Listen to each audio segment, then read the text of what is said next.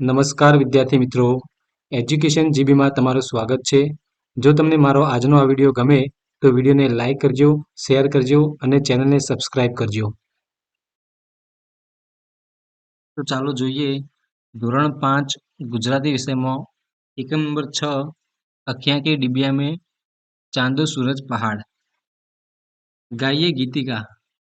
જળ પરીનું ઝાંઝર તૂટ્યું આલે લે આલે, જંગલમાંથી ઝરણું છૂટ્યું આલે લે આલે, પાંખ જબોળી પંખી સરતા ઝાડ ઉપરથી ફૂલો ઝરતા, ડુંગર પરથી ગીત વસૂટ્યું આલે લે આલે, જળ પરીનું ઝાંઝર તૂટ્યું આલે લે આલે, જળ ભરી વાદળીઓ ઝૂકી હવાઓએ વાંસળીઓ ફૂંકી, ક્યાંથી આવું અચરજ ફૂટ્યું આલે લે આલે, જળ પરીનું ઝાંઝર તૂટ્યું આલે લે આલે.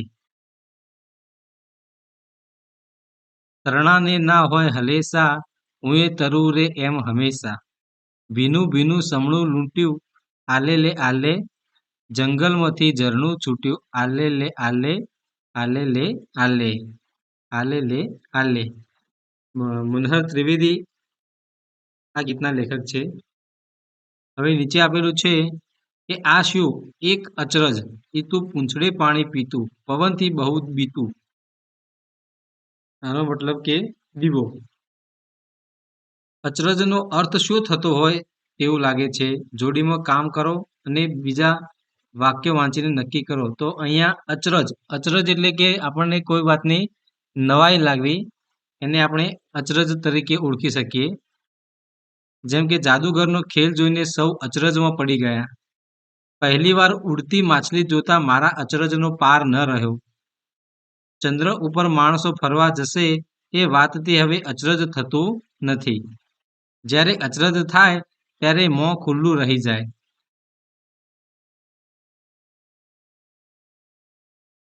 તમે ધોરણ 4માં લીંબુના ઉપયોગથી લોહી જેવું પ્રવાહી કાઢવાની વાત વાંચી હતી. હવે કોઈ લીંબુમાંથી લોહી કાઢે તો તમને અચરજ થાય કેમ? તો મેં ધોરણ 4માં લીંબુના ઉપયોગથી લોહી જેવું પ્રવાહી કાઢવાની વાત વાંચી હતી. હવે મને સાચી વાતની જાણ હોવાથી કોઈ લીંબુમાંથી લોહી કાઢે તો મને અચરજ ન થાય, કેમ કે લીંબુમાંથી રસ નીકળે, લોહી જેવું પ્રવાહી નહીં. તેમાં ચાલાકી કે કરામત હોય છે. તમે ઘરે બેઠા હોય અને શાળાના વર્ગમાંથી શિક્ષક ભણાવતા હોય તે જોઈને અચરજ થાય કેમ? તો હું ઘરે બેઠો હોઉં અને શાળાના વર્ગખંડમાંથી શિક્ષક ભણાવતા હોય તે જોઈને મને અચરજ ન થાય, કેમ કે વિજ્ઞાન અને ટેકનોલોજીનો ઉપયોગ કરીને ઇન્ટરનેટના ઉપયોગથી અનિવાર્ય કારણો હોય ત્યારે ઓનલાઈન શિક્ષણ આપવાનું હવે શક્ય બન્યું છે. હવે નીચે આપ્યું છે કે 10 વાર આંખ પટપટાવો, સાંભળો અને મનમાં વાંચો. ચાલો જોઈએ અચરજ પાઠ. આ વાર્તા ચંદ્ર જોવા ઘરેથી ભાગેલા એક નાનકડા છોકરાની છે. છોકરો રોજ ચંદ્રને જોયા કરતો. ચંદ્ર ઊંચા વાદળોમાં બેસીને લોંબા ઝાડ ઉપર ઠેકીને દરરોજ રાત્રે દૂરના પર્વત તરફ જતો અને છોકરો રોજ રાત્રે પોતાની બારીમાંથી એ જોયા કરતો. ચંદ્રનું મોં દરરોજ રાત્રે જરા જરા વધતું અને વધીને મોટું ગોળ મટોળ થતું, પછી પાછું ધીમે ધીમે નાનું થઈ જતું અને આખરે એક રાત્રે ઠૂ થઈ જતું. છોકરાને થતું ચંદ્ર રાજી હોય ત્યારે વધે છે, ગમગીન હોય ત્યારે ઘટે છે. ચંદ્ર સાથી રાજી થતો હશે, સાથી ગમગીન થતો હશે, એનું છોકરાને અચરજ હતું.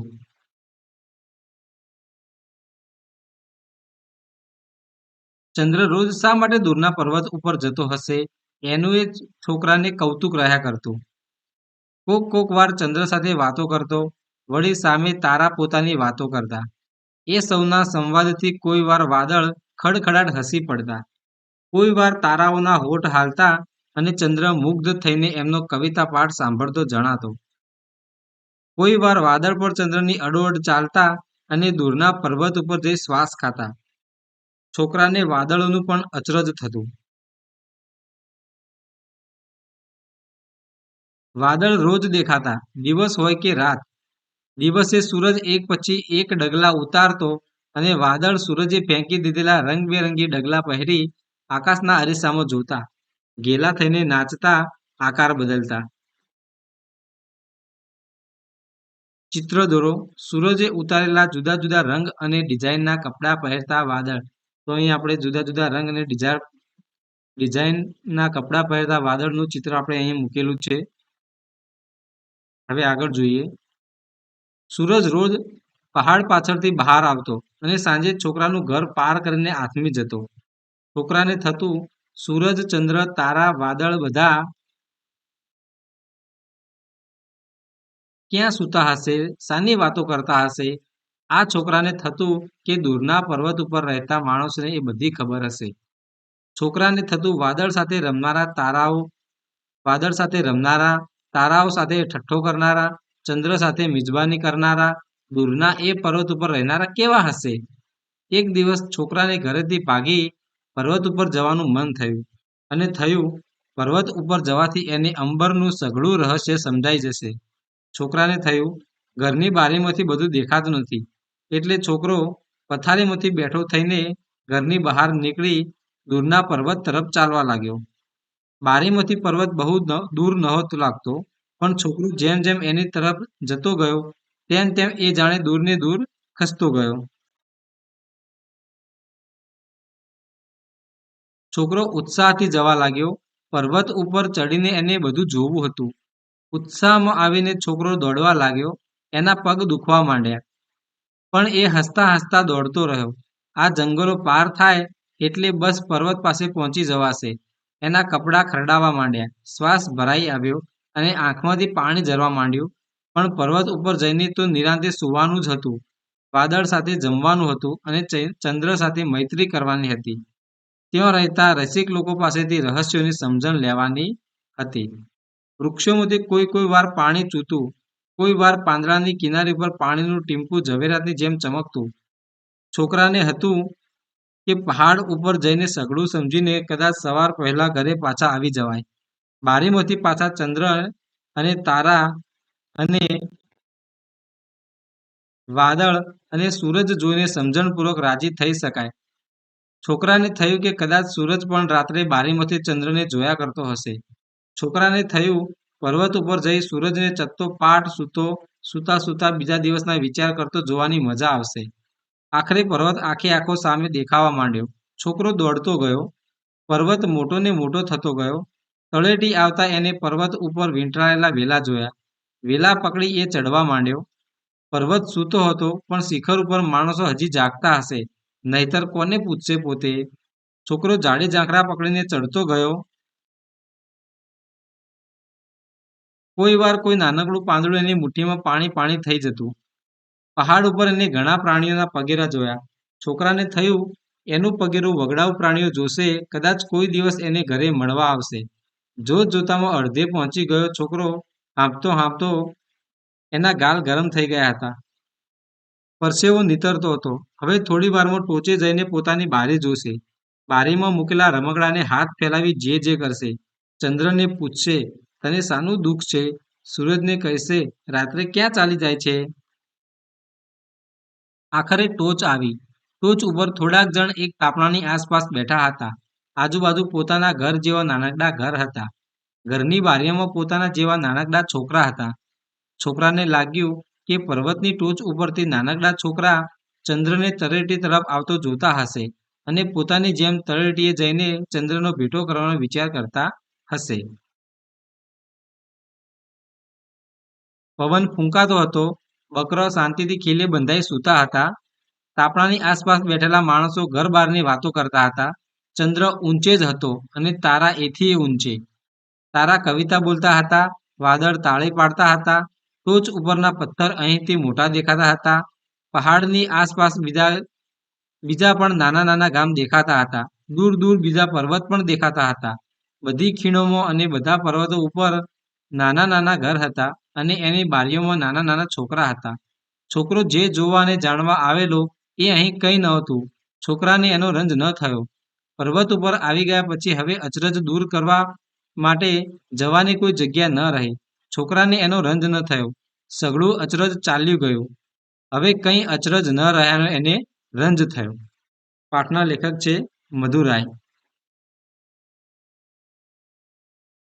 આ વાર્તામાં તમને ખૂબ ગમ્યા હોય, વાંચવાની મજા આવી ગઈ હોય તેવા વાક્ય કે વાક્યખંડ નીચે લીટી કરો. એક બે વાક્યખંડ QR કોડ મારફતે તમે સાંભળ્યા હતા તે રીતે વાંચો. હવે નીચેનામાંથી કઈ કઈ વાત જાણી ત્યારે તમને અચરજ થયેલું? શિક્ષક અહીં તેની વાતો કહે છે કે તે પણ નિશાળમાં ભણવા જતા અને ગૃહ કાર્ય કરતા. તે ચંદ્રના અજવાળે વાંચતા લખતા હતા. તે થાળીમાં સળગતા કોલસા મૂકીને ઇસ્ત્રી કરતા હતા. તો અહીં તે ચંદ્રના અજવાળે વાંચતા લખતા હતા અને તે થાળીમાં સળગતા કોલસા મૂકીને ઇસ્ત્રી કરતા હતા. એ વાત જાણીને આપણને અચરજ થાય છે. દાદીની વાત. રીંછ એકલું ફરવા ચાલ્યું કવિતા તમારી દાદી પણ ભણ્યા હતા. એ વાતનું નવાઈ લાગે. મમ્મી 1 થી 5 સ્લેટમાં સ્લેટ પેન વાપરતા, નોટ પેન્સિલ કાર્બન પેન નહીં. તે એક ગામથી બીજે ગામ ચાલીને જતા. આ બધી વાતનું આપણને અચરજ લાગે છે. સૂર્ય એ પૃથ્વીની આસપાસ ફરે છે. એને આપણને અચરજ લાગે. દેખાય છે તેના કરતાં ઘણો મોટો છે. આકાશમાં ધગ ધગ સળગે છે તેથી તાપ લાગે છે. આ બધી બાબતોનો આપણને અચરજ લાગે છે. નીચેનામાંથી કઈ વાતનું તમને ખૂબ વધારે અચરજ થાય એના માટે યોગ્ય સ્માઇલી દોરો. જેટલું અચરજ થાય તેટલું મોં પહોળું કરી ઓહો બોલો. તો અહીં જેટલું અચરજ થાય એટલું સ્માઇલી આપણે અહીં દોરવાનું છે અને મોં પહોળું કરી ઓહો બોલવાનું છે. પહેલું છે ગરોળીની પૂંછડી કપાઈ જાય તો નવી ઉગે. તો અહીં આપણને ખૂબ વધારે અચરજ થાય. બીજું છે કે શિયાળામાં કોપરેલ ઘી ઠરીને ઘટ્ટ થઈ જાય. તો અહીં આપણને અચરજ થાય. દીવાની જ્યોતના વાદળી ભાગમાં આંગળી મૂકીએ તો વધારે દાઝી જવાય. તો અહીં આપણને ખૂબ વધારે અચરજ થાય. માણસે આકાશમાં એક ઘર બનાવ્યું છે. દર 3-4 મહિને વૈજ્ઞાનિકો ત્યાં રોકેટ વડે આવ જા કરે છે. તો અહીં આપણને વધારે અચરજ થાય.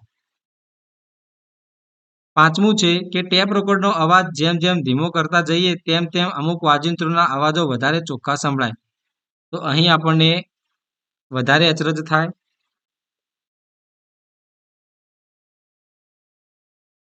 કોઈ વાર્તા વાંચતા કે સાંભળતા તેમાં જે આવતું હોય તે દેખાતું હોય તેવું લાગે. તો અહીં આપણને ખૂબ વધારે અચરજ થાય. જે કરવાની બીક લાગતી હોય તે જ કામ કર્યું હોય તેવું સપનું આવે. તો અહીં આપણને વધારે અચરજ થાય. હવે નીચે આપેલું છે કે છોકરાને આ જાણવાની ઈચ્છા થાય છે.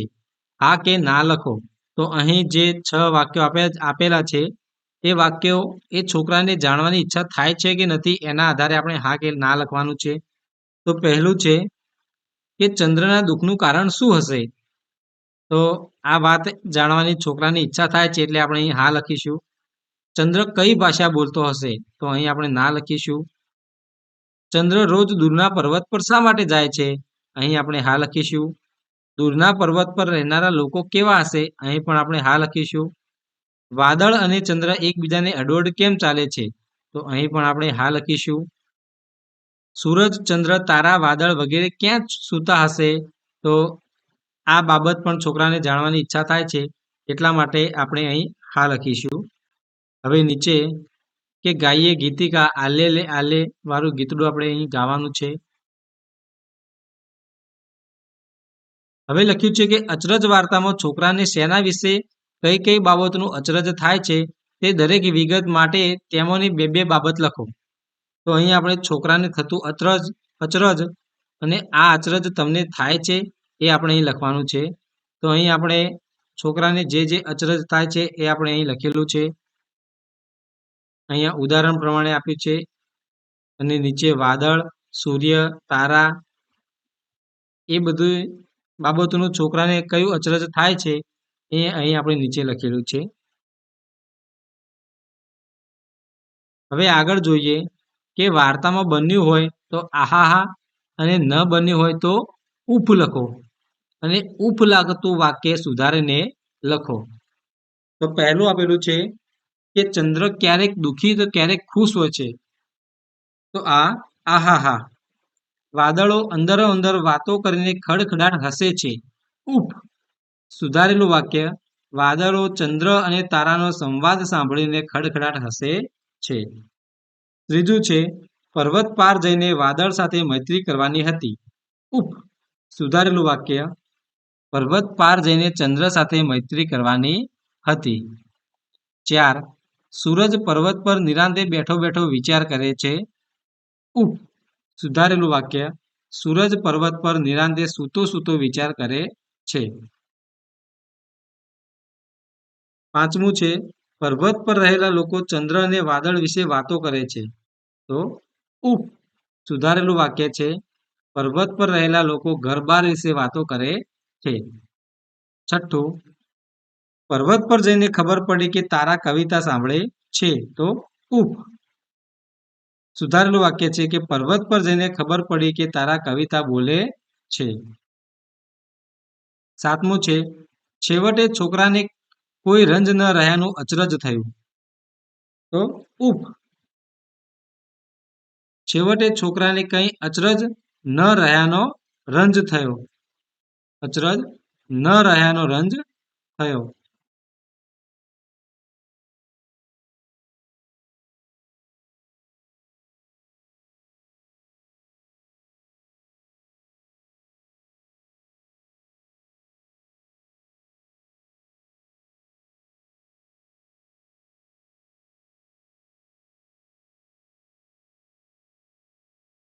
હવે નીચે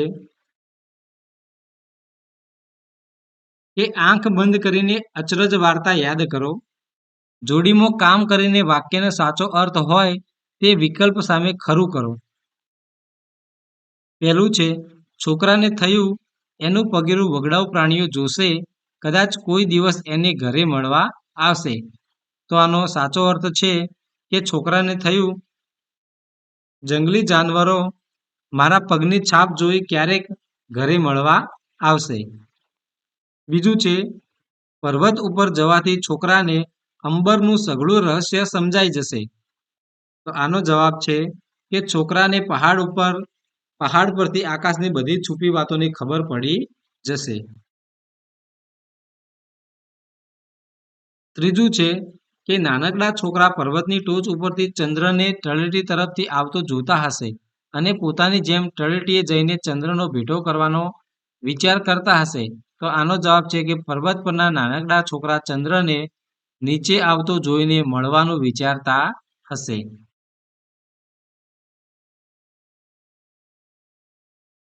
નીચે આપેલું છે કે 15 સેકન્ડ માટે આંખ બંધ કરી બેસો. વાર્તામાં નીચેના કુદરતી તત્વોને માણસ જેવા કયા કામ કરતા બતાવ્યા છે. તો અહીંયા કુદરતી તત્વો આપેલા છે અને માણસ જેવા કામ કરે છે એ અહીં લખેલું છે કે સૂર્ય તો કે ડગલો બદલવો, સૂવું, વિચાર કરવો. ચંદ્ર ખુશ થવું, ઉદાસ થવું, વાતો કરવી, વાતો સાંભળવી. તારા વાતો કરવી, વાતો સાંભળવી.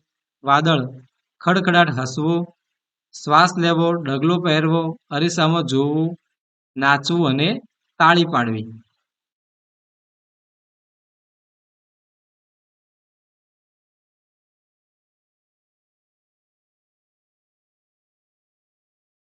હવે નીચે આપેલું છે કે લીટી કરેલા શબ્દને બદલે કૌંસમાં આપેલો બીજો કયો શબ્દ વાપરવાથી વાક્યનો અર્થ નહીં બદલાય તે શબ્દ પર ખરાની નિશાની કરો. વર્ગમાં સમૂહ ચર્ચા કરી તમારો જવાબ તપાસો. બોલતી વખતે વાક્યમાં જરૂરી ફેરફાર કરી શકો. તો અહીં પહેલું આપેલું છે કે મેળામાંથી લાવેલું રમકડું 2 દિવસમાં જ તૂટી ગયું એટલે નાનકડી ધીમહી ઉદાસ થઈ ગઈ. તો અહીં વાક્યનો અર્થ ના બદલાય એ રીતે આપણે કૌંસમાંનો શબ્દ મૂકવાનો છે. એટલે ઉદાસનો પર્યાયવાચી શબ્દ અહીં આપણે ગમગીન મૂકીશું, જેનાથી વાક્યનો અર્થ બદલાશે નહીં. બીજું આપ્યું છે કે કુહુ પાઠ્યપુસ્તકમાં સવાર નામની કવિતામાં કોયલ ગાતી કુહુને બદલે કોયલ ગાતો કુહુ વાંચ્યું ત્યારે અમને બહુ નવાઈ લાગેલી. તો નવાઈનો સમાનાર્થી શબ્દ છે અચરજ.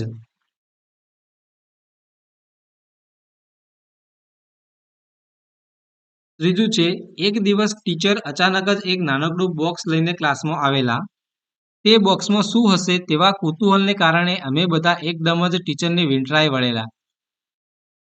કુતૂહલ કુતૂહલ એટલે કે કશુંક નવું જોવા જાણવાની ઈચ્છા. ચોથું આપેલું છે કે આજે રિસેસમાં તો અમે એટલું રમ્યા અને એટલું દોડ્યા કે અમારા બધાના શ્વાસોશ્વાસ જોરથી ચાલવા લાગ્યા. એનો મતલબ કે શ્વાસ ભરાઈ ગયો. પાંચમું છે સસલા, શિયાળ, હરણ વગેરે માનવ વસ્તીથી દૂર વગડામાં વસતા હોવાથી વગડાના પ્રાણીઓ કહેવાય.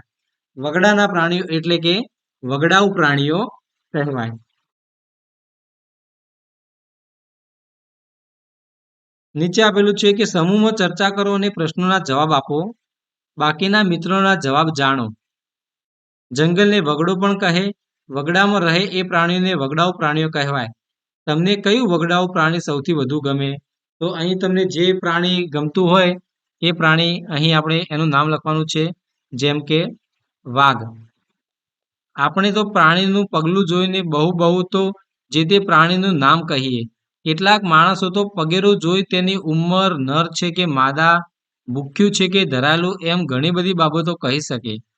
તમે કયા કયા પ્રાણીના પગલાં ઓળખી શકો છો? તો અહીં તમે જે પ્રાણીના પગલાં ઓળખી શકતા હોય એ પ્રાણીઓના અહીં નામ લખવાના છે. જેમ કે કૂતરો, ઊંટ, હાથી વગેરે. સૂર્ય, ચંદ્ર ને તારાઓ આપણને જ્યાં દેખાય છે તે આકાશને ગગન, અંબર અને ખ પણ કહેવાય. તમને અંબરમાં શું શું જોવું ગમે? તો તમને અંબર એટલે કે આકાશમાં જે જોવું ગમતું હોય એ અહીં લખવાનું છે. જેમ કે આકાશમાં સૂર્ય, ચંદ્ર, તારા, વાદળ વગેરે જોવું અમને ગમે છે. રમતી વખતે આપણે બહુ દોડીએ ત્યારે કેટલીક વખત આપણને હાંફ ચડી જાય છે. તેને શ્વાસ ભરાઈ ગયો એમ પણ કહેવાય. તમને ક્યારે શ્વાસ ભરાઈ ગયો હોય એવું થાય છે? તો અમને ઝડપથી સાયકલ ચલાવતા, ઝડપથી પગથિયાં ચડતા, નૃત્ય કરતા, કસરત કરતા અને દોડતા આ બધા કામ કરીએ છીએ ત્યારે શ્વાસ ભરાઈ જાય એવું અમને લાગે છે. એક ટેકરી એવી છે જેના પર બાઇક, ગાડી જેવા વાહન આપમેળે ચઢે, બંધ હોય તો પણ. જો કે વિજ્ઞાનીઓ તેનું રહસ્ય ઉકેલી કાઢ્યું છે. તમારા વિસ્તારમાં રહસ્યવાળી કોઈ જગ્યા છે? તો અહીં તમારા વિસ્તારમાં કોઈ રહસ્યવાળી જગ્યા હોય તો એ જગ્યાનું નામ આપણે અહીં લખવાનું છે. જેમ કે અમારે ત્યાં ઝૂલતા મિનારા છે. પાંચમામાં ભણતી સૃષ્ટિની મમ્મીના કપડાં મોટા જ પડે ને? મમ્મીનું ટી-શર્ટ તેણે ડગલો પહેર્યો હોય એવું જ લાગે ને?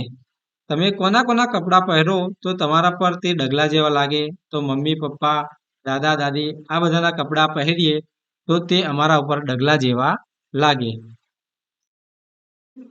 હું 8 ગામ વટાવું પછી મારા નાનીના ગામે પહોંચું. તમારે તમારા નાનીના ગામે પહોંચવું હોય તો તમારે આશરે કેટલા ગામ પાર કરવા પડે? તો અહીં તમારે તમારી નાનીના ઘરે જવા માટે જેટલા ગામ પાર કરવા પડતા હોય એટલા ગામની અહીંયા સંખ્યા લખવાની છે. જેમ કે 7.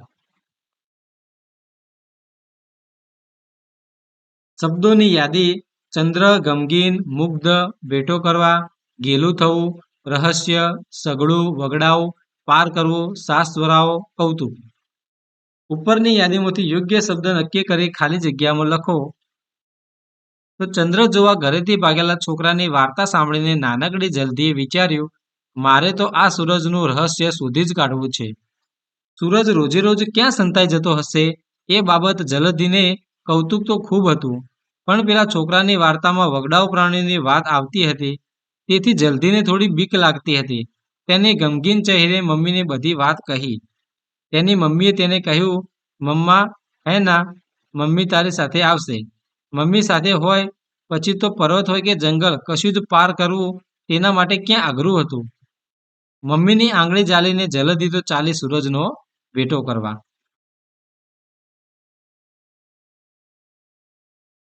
યાદીમાંના શબ્દો પરથી 5 વાક્યો બનાવો. 2 શરત છે. એક પણ શબ્દ રહી જવો જોઈએ નહીં અને બીજું કે અચરજ વાર્તાનું એક પણ વાક્ય લઈ શકાશે નહીં. ઉદાહરણ તરીકે વિશાલને ચંદ્રની ગાડી બનાવી અંબર પાર કરવાના સપના આવે છે. હવે નીચે આપેલું છે કે ઓહ, આ અને વાહ એમ એક સાથે 3 વાર બોલો. જોડીમાં કામ કરી ઉદાહરણ પ્રમાણે વાક્ય બનાવો. વાક્ય લાંબુ હોય તો ઝીણા અક્ષરે લખજો. ચંદ્ર રંગરંગીન અને ડગલો. સૂર્યની જેમ ચંદ્ર પાસે રંગરંગીન ડગલા હશે. આજુબાજુ વગડાઓ ગમગીન. તો મારા ગામની આજુબાજુના વગડાઓ પશુઓ મારી જેમ ક્યારેક ગમગીન થતા હશે? આખે આખો પાર કરવો અચરજ. આખે આખો સમુદ્ર તરીને પાર કરવો એ અચરજ કહેવાય. મિજબાની ખડખડાટ અને ખુશ.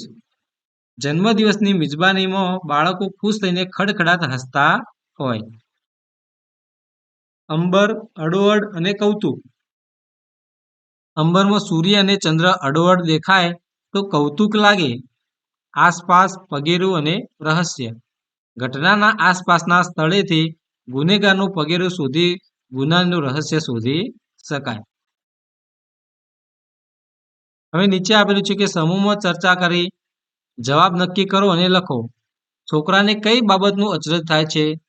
તો છોકરાને ચંદ્ર રાત્રે છું કેમ થઈ જતો હશે?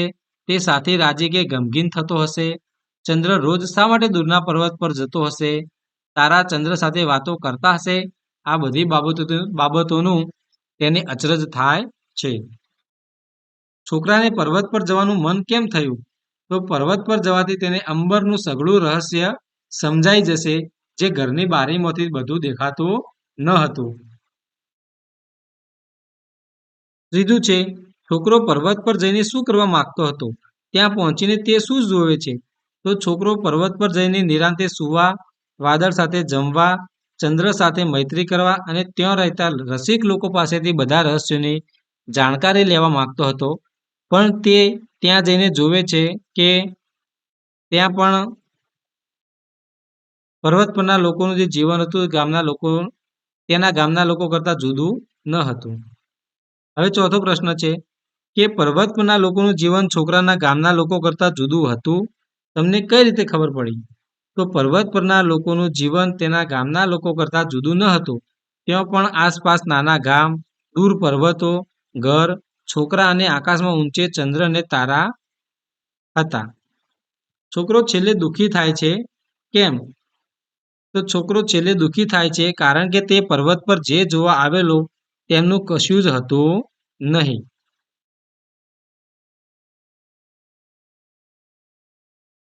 આલેલે ગાવી નથી ગીતિકા, તો ગાઈએ. આ એકમ ભણતા ભણતા સૂર્ય, ચંદ્ર, તારા, વાદળ, પહાડ, વૃક્ષ, નદી જેવા કુદરતી તત્વો અને માણસે બનાવેલી ચીજવસ્તુઓ તથા ઘટનાઓ વિશે તમને જે અચરજ થાય તે એકમને અંતે આપેલી અચરજ પોટલીમાં લખો. ઊંડા શ્વાસ લો. જોરથી હો બોલી બધો શ્વાસ બહાર ફેંકો.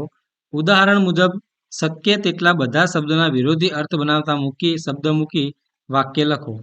જેમ કે ઉદાહરણ આપેલું છે કે હું શિયાળામાં સવારે વહેલો ઉઠું છું. તું ઉનાળામાં રાત્રે મોડો ઊંઘે છે.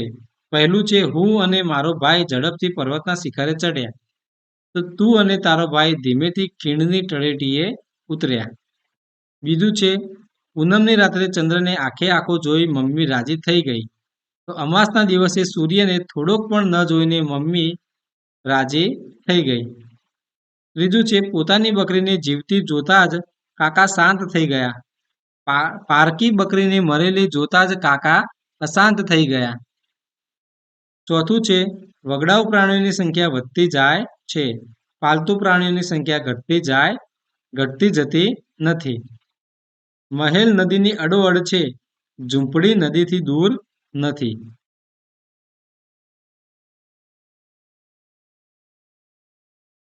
હવે બંને ખાનામાંથી એક એક શબ્દ જૂથ લઈ ઉદાહરણ પ્રમાણે વાક્ય બનાવો. તો અહીં આપણે જે આ બંને ખાના છે એમાંથી શબ્દો લઈને ઉદાહરણ પ્રમાણે અહીં આપણે વાક્યો બનાવેલા છે, જે તમે જોઈ શકો છો. અને આ રીતે તમારે વાક્યો બનાવવાના છે.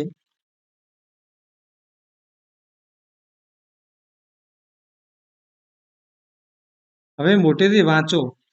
તો વાક્યના વિરામ ચિહ્ન અનુસાર આરો અવરોથી મોટેથી વાંચી સંભળાવો. સમૂહમાં મહાવરો કરવો. આવા બીજા વાક્યો પણ બોલાવા. તો અહીં જે વિરામ ચિહ્નો આપેલા છે કે પ્રશ્નાર્થ ચિહ્ન છે, ઉદ્ગાર ચિહ્ન છે, તો એ બધાને આપણે આરો અવરોહ સાથે આ જે ફકરો આપેલો છે આપણે વાંચવાનો છે અને એનો મહાવરો પણ કરવાનો છે. જેમ કે દૂધ બગડે ખરું? હાસ તો. શાકભાજી બગડે જ ને. અને ફળ કેમ વળી થોડા દિવસમાં સડવા માંડે? મધ બગડતું જ હોય ને? ના, મધ 1000 વર્ષે પણ ન બગડે. ઓહો, આજે ખબર પડી. ચંદ્ર પર ડોશી અને બકરી રહે ખબર છે? ના હોય. ચંદ્ર પર? કેમ? તે પૂનમે જોયું નથી? જોયું છે ને, ખાડા દેખાય છે. અરે, ડોશી અને બકરી દેખાય છે એ તો ખાડા એવા લાગતા હશે? લાગે છે ને, બસ ત્યારે. વાહ, શું સુંદર મેઘધનુષ્ય છે. ઓહો, કેટલો મોટો હાથી! કેટલા મોટા દાંત ને કાન! એ એક એવો ઝેરી સાપ છે કે એ કરડે તો તરત માણસ તરત જ મળી જાય. ઓહ, સાપ એટલો બધો ઝેરી હોય? હાસ તો વળી. હોય શું? છે જ. આ લે લે ગાઈ લઈએ. હવે નીચે આપેલું છે કે વાંચો, અર્થ સમજો અને કે નિશાની કરો. મોટેથી વાંચી સંભળાવો. તો અહીં વાંચવાનું છે, સમજવાનું છે અને ઉદ્ગાર ચિહ્ન કે પૂર્ણ વિરામની આપણે અહીં નિશાની કરવાની છે. જેમ કે અરર એના પછી આપણે અહીં ઉદ્ગાર ચિહ્ન કરવાનું છે. છોકરું પડી ગયું. ઓહ, મને તો આજે ખબર પડી. તો અહીં આપણે ઉદ્ગાર ચિહ્નો કરવાના છે. અમે આ વેકેશનમાં પ્રવાસમાં જવાના છીએ. તો અહીં આપણે પૂર્ણ વિરામ કરવાનું છે. કંઈ ખબર જ નથી પડતી ને, અહીં આપણે ઉદ્ગાર ચિહ્ન કરવાનું છે. મારા ઘરે મહેમાન આવ્યા છે. અહીંયા આપણે પૂર્ણ વિરામ કરવાનું છે. આહા, આવ્યું વેકેશન. તો અહીં આપણે ઉદ્ગાર ચિહ્ન કરવાનું છે. અરે વાહ, તું તો બહુ મીઠું મીઠું ગાય છે. તો અહીં પણ આપણે ઉદ્ગાર ચિહ્ન મૂકવાનું છે. સુપ્રભાત, હું મજામાં છું. તો અહીં આપણે ઉદ્ગાર ચિહ્ન અને છેલ્લે આપણે પૂર્ણ વિરામ મૂકવાનું છે. જે વાક્યો આશ્ચર્ય દર્શાવે તેની નીચે લીટી કરો. એવા વાક્યોને છેડે ઉદ્ગાર ચિહ્નની નિશાની કરો. સાદા વાક્યોને છેડે પૂર્ણ વિરામની નિશાની કરો. હવે નીચે આપેલું છે કે ચાલો જઈએ સપનામાં, સપનાના દેશમાં. સપના રે સપના. सपना रे सपना है कोई अपना, अखियों में भर जा अखियों की डिबिया, भर दे रे निंदिया, जादू से जादू कर जा सपना रे सपना, अखियों में भर जा बुरे बुरे बादलों के भालू, लोरिया सुना ले लारालू, तारों के कंचों से रात भर खेलेंगे सपनों में चंदा और तू, सपना रे सपना, पीले पीले केसरी है गांव, गीली गीली चांदनी की छाव, बगुल के जैसे रे डूबे हुए है रे पानी में सपनों के पाँव. અહીં લોરી એટલે હાલરડું, કંચા એટલે લખોટી અને ગીલા એટલે કે ભીનું. વાતચીત છે કે કવિતાની કઈ પંક્તિ તમને ખૂબ ગમી? ગાઓ. તો જે સપના રે સપના કવિતા આપેલી છે એની જે પંક્તિ તમને ખૂબ ગમી હોય એ પંક્તિ તમારે અહીં ગાવાની છે. બીજું છે કે તમને યાદ રહી ગયું હોય તેવું આખે આખું કે અડધું પડધું સપનું સૌને કહો. તો અહીં તમને જે સપનું યાદ રહી ગયું હોય એ સપનું અહીં તમારે બધાને કહેવાનું છે. પછી છે કે આખું ગામ પીળું પીળું કેસરી ક્યારે લાગે? તો આખું ગામ પીળે પીળું કેસરી ચંદ્રની ચાંદની હોય ત્યારે લાગે. આ ગીત ગાનાર કોની સાથે વાત કરી રહ્યું છે?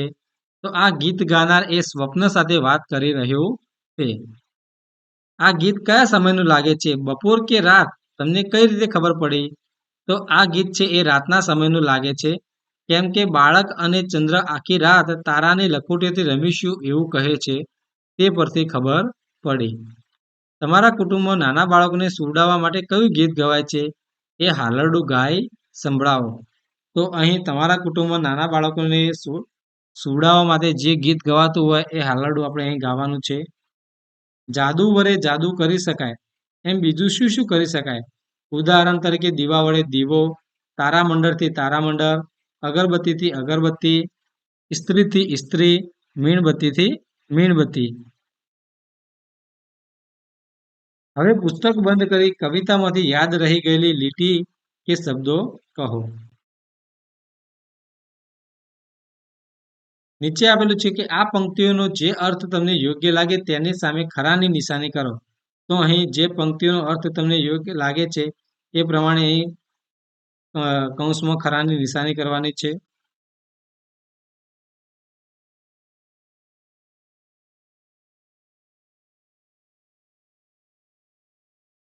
નીચે આપેલું છે કે જો આવું હોય તો કેવું હોય? જો આંખો દાબડી હોય તો તેમાં નીંદર સિવાય બીજું શું ભર્યું હોય? તો જો આંખો દાબડી હોય તો તેમાં નીંદર સિવાય બીજું પ્રેમ, નફરત, સ્વપ્ન, આશા, દયા વગેરે ભર્યું હોય. જો વાદળો રીંછ હોય તો તે આકાશમાં શું કરે? જો વાદળો રીંછ હોય તો તે આકાશમાં મધ શોધે. ત્રીજું છે જો વાદળ તમારે ખાટલે હાલરડું ગાવા બેસે તો શું ગાય? તો તે ખમ્મા વરસાદને જવું વારણે રેલોલ એવું ગીત ગાય. ચોથું છે જો ગામ પીળે પીળું અને કેસરી હોય તો કયા કયા ફૂલ ખીલ્યા હશે? તો ત્યાં સૂર્યમુખી, ગલગોટો, ગુલમોહર, ગરમાળો, કેસુડો જેવા ફૂલો ખીલ્યા હશે. જો ચાંદની ભીની ભીની હોય તો તે શાના કારણે હશે? તો તે ઝાકળના ટીમ્પાના કારણે હશે. સપનામાં તમારી ઊંઘ ઉડી જાય ને તારાથી ભરેલું આકાશ દેખાય તો તમને કેવા કેવા વિચાર આવે? તમને શું રમવાનું થાય? તો તારા સાથે વાતો કરવાની, તેની વાતો સાંભળવાની અને તેની સાથે ગીતો ગાવાના વિચાર આવે.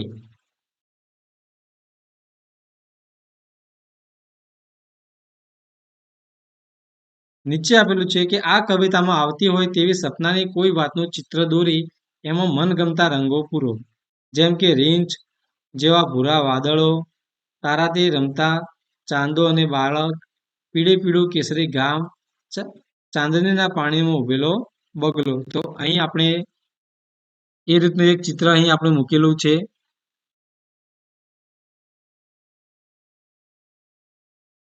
હવે નીચે આપેલું છે કે વાક્ય સાચા જેવું લાગે તો હકીકત અને સપના જેવું લાગે તો સપનું લખો.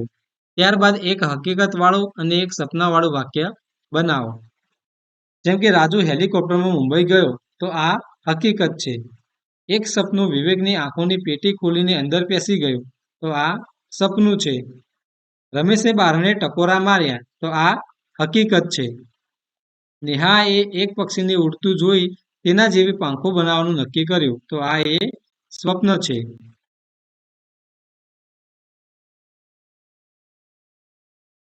પાંચમું છે નિશાળના મેદાનમાં રસગુલ્લાનો વરસાદ થયો તો એ સપનું છે. જેવી મેં ગિલ્લી ઉડાડી કે તે ચકલી બની ગઈ તો એ સપનું છે. મોડું થયું તો હું ઉડતી શેતરંજી પર બેસી ઝટ પહોંચી ગયો એ સપનું છે. આ દોડ સ્પર્ધામાં મારો પહેલો નંબર આવ્યો આ હકીકત છે. આજે અમે ક્રિકેટની મેચ જીતી ગયા આ હકીકત છે. ચોમાસામાં ગામમાં રમકડાનો વરસાદ થયો આ એ સ્વપ્ન છે. હવે નીચે આપેલું છે કે આ ફકરો જોડીમાં વાંચ્યા પછી એકબીજાના સપનો વિશે વાતચીત કરો. તમારા મિત્ર કહેલું સપનું વર્ગમાં સંભળાવો. હવે આપણે નીચે જોઈએ કે પ્રશ્નોના જવાબ લખો. આ કવિતા શાના વિશે છે? તો આ કવિતા એ સ્વપ્ન વિશે છે. રાતભર ખેલેંગે સપનો મેં ચંદા ઓર તું. આ લીટીમાં તું એટલે કોણ? તો તું એટલે બાળક. ભૂરે ભૂરે બાદલો એટલે કેવા વાદળો? તો કાળાશ પડતા રાખોડી રંગના વાદળો. ભીનું શું છે? તો ભીનો એ ચંદ્રના પ્રકાશનો પડછાયો છે. સપનું કોની જેમ પાણીમાં ઊભું છે? તો બગલાની જેમ. સપના અપના જેવા સાંભળવામાં સરખા લાગતા શબ્દોની જોડી કવિતામાંથી શોધીને લખો. જેમ કે ડીબિયા, નિંદિયા, ભર કર, ભાલુ, લારાલુ, ગાંવ, છાવ, પાવ વગેરે શબ્દો. ઉદાહરણ પ્રમાણે લખો અને વાક્યમાં પ્રયોગ કરો. તો અહીં ઉદાહરણ આપેલું છે. આ પ્રમાણે આપણે નીચેના જે શબ્દો આપ્યા છે એનો આપણે વાક્ય બનાવવાનું છે. જેમ કે પહેલું છે કે વરસાદ એટલે આકાશમાં ઊંધા લટકાવેલા ફુવારા, આકાશમાં ચાલુ રાખેલા નળ અને ચોરેલું પાણી પાછું આપતો ચોર. વૃક્ષ એટલે ધરતી પર લીલી ચાદર ઓઢીને એક પગે ઉભેલા તપસ્વીઓ. ધરતી પર પંખીઓએ મેળવેલ મફતનું ઘર. પવન એટલે વાદળોને પોતાની ગાડીમાં બેસાડી ફરવા નીકળતો ડ્રાઈવર. પતંગને બોલની જેમ ફટકારીને આકાશમાં મોકલતું બેટ. ચોથું છે વીજળી એટલે આકાશમાં ઉજવાતી દિવાળી, આકાશની ડિસ્કો લાઇટ. પાંચમું છે સૂરજ એટલે આખી દુનિયામાં અજવાળું ફેલાવે એવો દીવો, આકાશમાં અધ્ધર લટકતું ફાનસ, સમગ્ર પૃથ્વી પરનું સૌથી મોટું હીટર. છઠ્ઠું છે કે વિમાન એટલે પૈસાથી આકાશમાં મુસાફરી કરાવતું વિશાળ પંખી, એક જગ્યાએથી બીજી જગ્યાએ જલ્દી પહોંચાડી દેનારો જીન. સાતમું છે મોર એટલે રંગબેરંગી કપડાં અને માથે મુગટ ધારણ કરેલો સુંદર રાજા. હવે નીચે આપેલું છે કે પહેલા આખો પેરેગ્રાફ સળંગ સડસડાટ વાંચો, પછી ખૂબ હસો. અહીં બે ફકરાના વાક્ય ટુકડા ભેગા થઈ ગયા છે. આ ટુકડા છૂટા પાડો, વાક્ય બનાવો અને ફકરા છૂટા પાડીને લખો. તો અહીંયા બે ફકરા છે અહીંયા ભેગા થઈ ગયા છે. તો આપણે બંને જે રીતે સૂચના આપી છે એ રીતે આ ફકરાને આપણે સડસડાટ વાંચવાનો છે અને પછી હસવાનું છે અને પછી આ ફકરાના વાક્યોને આપણે જુદા પાડીને નીચે લખવાના છે, જે રીતે અહીંયા મેં વાક્યોને જુદા પાડીને લખ્યા છે. પછી નીચે આપેલું છે કે એકબીજાને કહો કે પછી શું થયું, તેમાંથી સૌથી વધુ ગમેલી વાતો લખો. તો અહીંયા પહેલા શું થયું, પછી એવું થયું અને પછી શું થશે એ બધું અહીંયા આપણે લખેલું છે.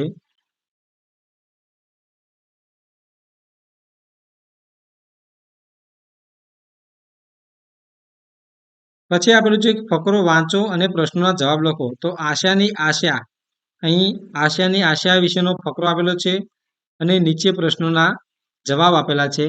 તો આપણે આ ફકરો વાંચવાનો છે અને જે પ્રશ્નોના જવાબો છે અહીં આપણે લખેલા છે. જેમ કે આમાં કઈ કઈ રમતની વાત આવે છે, તો આમાં ખોખો, ગિલ્લી દંડો, ઘર ઘર, બા બનવો, મોટર ચલાવી, ઢંગલી રમવી, કૂકા રમવા જેવી રમતોની વાત આવે છે. છોકરો કઈ કઈ રમતો રમે છે, તો છોકરો ખોખો, ગિલ્લી દંડો અને મોટર ચલાવવાની રમત રમે છે. જ્યારે છોકરી ઘર ઘર, બા, ઢીંગલી રમવો, કૂકા રમવા જેવી રમતો રમે છે.